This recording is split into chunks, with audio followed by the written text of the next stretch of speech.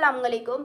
Exam से related statistics में कुछ इंपॉर्टेंट एमसीक्यूज़ पढ़ेंगे जो आपके एग्ज़ाम्स में आ सकते हैं। यहाँ मैं कुछ एग्जांपल्स दूंगी जो सॉल्यूशन के साथ होंगी। जैसे कि आपके पास एग्ज़ाम में अगर मीन मीडियन मोड मालूम करने आए तो उसका मेथड, उसका फॉर्मूला एक ही होगा, बस आपके पास जो है वो नंबर्स चेंज आ जाएंगे। The sum of relative frequencies is 1। जब भी आप सॉल्व करते हैं रिलेटिव फ्रिक्वेंसी तो आप जब उसका आंसर निकालते हैं, जब सारे आंसर को प्लस करते हैं तो उसका आंसर हमेशा आपके पास इक्वल टू 1 आएगा। यहाँ पर डेटा दिया हुआ है जिसमें हमें मीडियन मालूम करना है। मीडियन मालूम करने में सबसे पहले हमें डेटा को असेंडिंग ऑर्डर में अरेंज करना होता है। यहाँ पे हमारे पास जितनी भी वैल्यूज़ हैं वो सारी पॉजिटिव है और एक वैल्यू नेगेटिव है। असेंडिंग ऑर्डर में होता है कि छोटे से बड़े नंबर की तरफ जाते हैं। तो यहाँ पे जो माइनस वाली वैल्यू है वो सबसे पहले हम लिखेंगे क्योंकि ये सबसे छोटी वैल्यू है। माइनस में अगर आपके साथ पॉजिटिव वैल्यू के साथ अगर माइनस में आ जाए आपके पास वैल्यू तो वो हमारे पास सबसे छोटी वैल्यू कहलाती है। तो मैंने यहाँ पे -2 लिख दिया और उसके बाद फिर अपने डेटा को आगे अरेंज कर दिया। उसके बाद मैंने यहाँ पर फॉर्मूला लगा के इसको सॉल्व कर दिया। अब मेरा मीडियन का आंसर आया 3.5 वैल्यू। अब यहाँ पर 3.5 वैल्यू अगर हमारे पास पॉइंट में आंसर आएगा तो हम जो वैल्यू आती है उससे एक नंबर पीछे वाला लेते हैं और एक नंबर आगे वाला। तो 3.5 से पीछे वाला नंबर 3 है और 3.5 के बाद वाला नंबर 4 है। तो मैंने यहाँ पे थर्ड और फोर्थ वैल्यू को प्लस करा और डिवाइड बाई 2 करा तो उसके बाद मेरा मीडियन का करेक्ट आंसर आ गया 2.5। एक क्वेश्चन हमने मीडियन में पॉइंट वाला कर लिया, अब हम सिंपल वाला करेंगे। यहाँ डेटा दिया हुआ है और मीडियन को हमें मालूम करना है। वही करा हमने, असेंडिंग ऑर्डर में पहले डेटा को अरेंज कर दिया और उसके बाद फॉर्मूला लगाया तो मेरे पास मीडियन का आंसर आया है 4th वैल्यू। यहाँ पे देखें डेटा में 4th वैल्यू कौन से आ रही है, 3 आ रही है, तो हमारे पास आंसर हो गया। इसमें पॉइंट में आंसर नहीं आया था तो इसलिए इसमें जो हमारे पास वैल्यू आई है जिस नंबर पर उसको हमने मीडियन का आंसर देना है।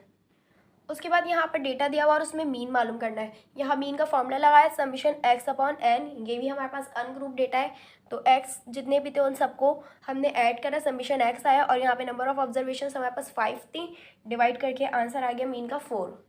नंबर 4 देखें, इसमें हमें मीन बता दिए और वैल्यूज़ बता दिए कि हमारे पास 4 वैल्यू का मीन है 25 और इसमें हमें मालूम करना है समीशन x। तो फॉर्मूले को हम यहाँ पे लिखेंगे और उसके बाद समीशन x को सेपरेट करेंगे, n को मीन के साथ मल्टीप्लाई करेंगे तो हमारे पास समीशन x आ जाएगा।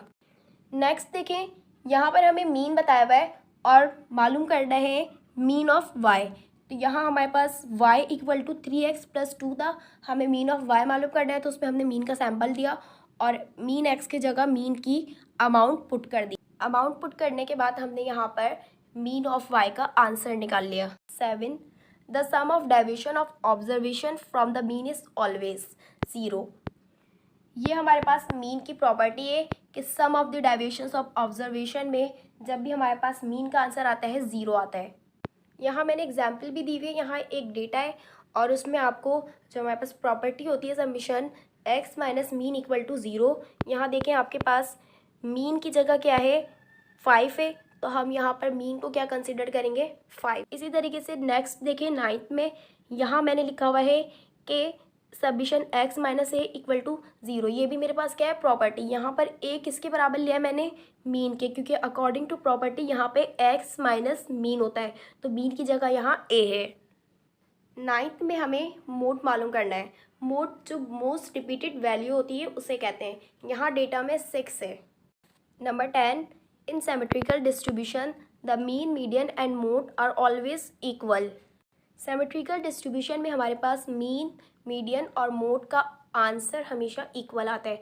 अगर आपको एग्जाम्पल के तौर पे मीन का आंसर दिया हुआ है 20 और मीडियन का आंसर दिया हुआ है 20 और बोलेंगे कि सिमेट्रिकल डिस्ट्रीब्यूशन के मुताबिक हमारे पास मोड का आंसर क्या होना चाहिए और उसमें ऑप्शन दिया हुआ है 20, तो आपके पास 20 आंसर आएगा क्योंकि सिमेट्रिकल डिस्ट्रीब्यूशन में मीन, मीडियन और मोड का आंसर हमेशा इक्वल आता है। क्यूमुलेटिव फ्रीक्वेंसी के ग्राफ को ऑगिव कहते हैं। The most repeated value in data is called mode. अभी मैंने जब आपको मोड मालूम करना सिखाया तो बताया कि हमारे पास जो मोस्ट रिपीटेड वैल्यू होती है वो मोड होती है। इसी तरीके से जो हमारे पास मिडिल वैल्यू आती है नंबर 13 में जो लिखा हुआ है मिडिल वैल्यू ऑफ ऑब्जर्वेशन हमारे पास मीडियन कहलाती है। जब हम मीडियन का आंसर मालूम करते हैं तो वो हमारा आंसर जो है वो मिडिल में आता है। Median can be located by ogive, mode can be located by histogram. Statistics deals in data. Median हमारे पास ऑगिव पे लोकेटेड किया जा सकता है और मोड को हिस्टोग्राम। जब आपके पास मीन मीडियन मोड मालूम करने आता है तो आपको वो बोलते हैं कि ग्राफिकली मीडियन और मोड को आप करके दिखाएं, तो वो इस तरीके से होता है। और स्टैटिस्टिक्स डील्स किस में करता है? डेटा में।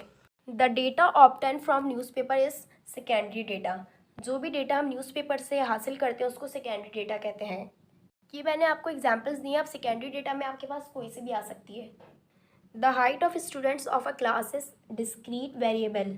डिस्क्रीट वेरिएबल वो होते हैं जो होल नंबर में होते हैं और जिन्हें हम काउंट कर सकते हैं। हाइट ऑफ स्टूडेंट्स हम काउंट कर सकते हैं, इसलिए यहाँ पे आंसर डिस्क्रीट वेरिएबल आएगा। The data which is processed at least once is called secondary data. The age of college students is an example of quantitative variable. Quantitative variable वो होते हैं जो न्यूमेरिकली होते हैं, मतलब जो नंबर्स में होते हैं।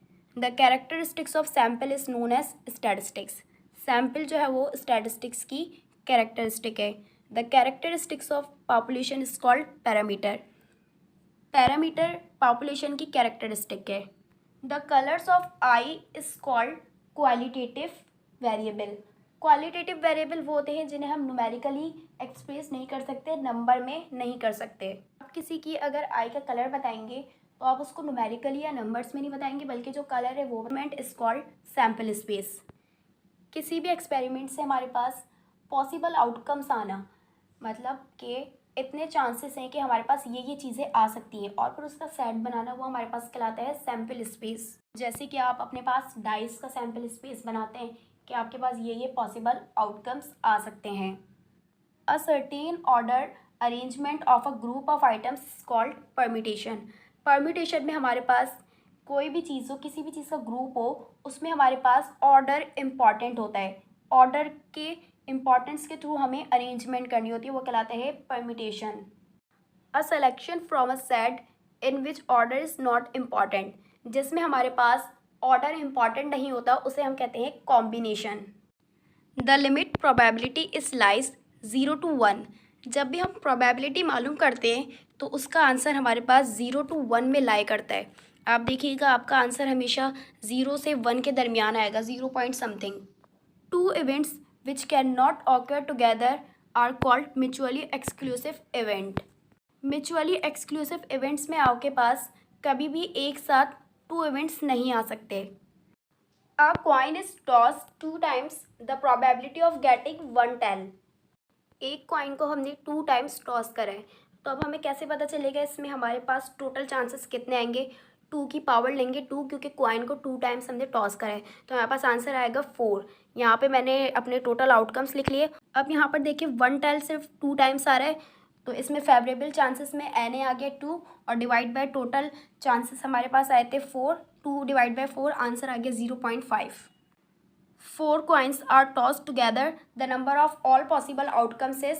यहाँ पर 4 coins को एक साथ टॉस करें तो 2 की पावर 4 लेंगे, पॉसिबल आउटकम्स आएंगे 16। इसी तरह के एमसीक्यूज आ सकते हैं, जैसे अभी यहाँ पर एक कॉइन को 2 टाइम्स टॉस करा, उसमें 1 टेल मांगा हुआ था, ऐसी वो आपसे 1 हेड भी मांग सकता है, एग्जैक्टली 2 हेड भी मांग सकता है, कोई से भी मांग सकता है, तो आप प्रैक्टिस कर लीजिएगा। 5p2 is equal to 20। Permutation का ये NPR आप कैलकुलेटर पे जिस तरीके से NPR निकालते हैं, अब आउटपुट करेंगे और इसका आंसर आ जाएगा। कैलकुलेटर पे आप पहले लिखेंगे 5, फिर शिफ्ट प्रेस करके NPR जहाँ लिखा हुआ है उसको प्रेस करेंगे और उसके बाद 2 लिखेंगे, तो आपके पास आंसर आ जाएगा 20। The number of combination of 5 distinct things taking 2 at a time. यहाँ N है 5 और R है 2। यहाँ NCR का फॉर्मूला लगेगा क्योंकि यहाँ कॉम्बिनेशन मांगा हुआ है। NCR का फॉर्मूला कैसे लगेगा? कैलकुलेटर पे आप पहले N लिखेंगे 5, फिर शिफ्ट प्रेस करेंगे, NCR प्लेस करेंगे और इसके बाद 2 प्रेस करेंगे, आपके पास आंसर आ जाएगा 10। सेम आपके पास ऐसे MCQs आ सकते हैं, बस अमाउंट चेंज होती है। 0 नोटेशन इज इक्वल टू 1। 0 के जब भी आप नोटेशन लेंगे तो हमेशा उसका आंसर 1 में आएगा। 5 students can be seated in a raw. 5 के नोटेशन लेंगे तो आपके पास 120 वेस आएंगी। If 2 dice are rolled once then the probability of getting the same number. यहाँ पर आप अगर 2 डाइस को एक बार रोल करेंगे तो आपके पास प्रोबेबिलिटी आनी चाहिए सेम नंबर। तो यहाँ देखिए मैंने सर्किल करे में सेम नंबर 1 1 2 2 3 3 4 4 5 5 6 6। इसमें फेवरेबल चांसेस आ गए 6 और टोटल चांसेस हैं 36। जो सैम्पल स्पेस है ये पूरा 36 पर है। इसी तरीके से वो आपसे कुछ भी पूछ सकता है एमसीक्यूज पे, odd number, even number, total of 6, total of 13 etcetera. In rolling a die the probability of getting an odd number. अब यहाँ एक डाई की बात हो रही है, अगर इसको रोल करेंगे तो हमारे पास या तो 1 आएगा, या 2, या 3, या 4, या 5, या फिर 6। इसमें ऑड नंबर हमारे पास आ रहे हैं 3, तो इसका आंसर हो गया 3 डिवाइड बाई 6। जब इसको डिवाइड करा तो 1/2 इसका आंसर आ गया। अब यहाँ पे नंबर 35 पे देखिए, प्रोबेबिलिटी ऑफ ए दी हुई है, प्रोबेबिलिटी ऑफ बी दी हुई है और probability of A intersection B दी हुई है, और मालूम करना है probability of A union B. Simple इसमें हमें पता चल रहा है कि ये नॉट म्यूचुअली एक्सक्लूसिव इवेंट्स के फॉर्मूले से सॉल्व होगा। हमने यहाँ पे फॉर्मूला लिखा और उसके बाद इसमें अमाउंट पुट करें और इसका आंसर आ गया। If probability of A 1/3, probability of B upon A equal to 3/10, then probability of A intersection B is. इस तरीके से भी आ सकते हैं आपके पास, जिसमें आपको कभी पी ए इंटरसेक्शन बी मालूम करना हो, किसी में पी ए यूनियन बी मालूम करना हो, तो आपको ये खुद मालूम होना चाहिए कि किस में कौन सा फॉर्मूला लगेगा। Number 37, probability of A plus probability of A complement is equal to 1। ये आपके पास कॉम्प्लीमेंट्री इवेंट्स में है। उसके बाद ये एनसीआर आ गया। एनसीआर में 5C3 इज इक्वल टू 10। ये मैं आपको बता चुकी हूँ कि कैलकुलेटर पे कैसे सॉल्व होगा। The probability of drawing a diamond card randomly from a pack of 52 card is. यहाँ पर हमारे पास जो टोटल कार्ड्स होते हैं वो 52 होते हैं। एनएस निकाला और उसके बाद एनएस निकालने के बाद हमने अपने पास यहाँ पे एनए निकाला। डायमंड कार्ड्स होते हैं total 13, N S 52, N A 13। Amount put करी फॉर्मूले में, 13 डिवाइड बाई 52 आंसर आ गया। 2 events occurs at the same time is called not mutually events. जब 2 इवेंट्स एक साथ सेम टाइम में आते हैं तो वो नॉट म्यूचुअली इवेंट्स कहलाते हैं। In Paasche's weighted index number, weight is current year quantity. Ideal formula निकालते हैं तो उसमें लेस पेयर और पार्शियस को मल्टीप्लाई करते हैं और उसका स्क्वायर रूट लेते हैं।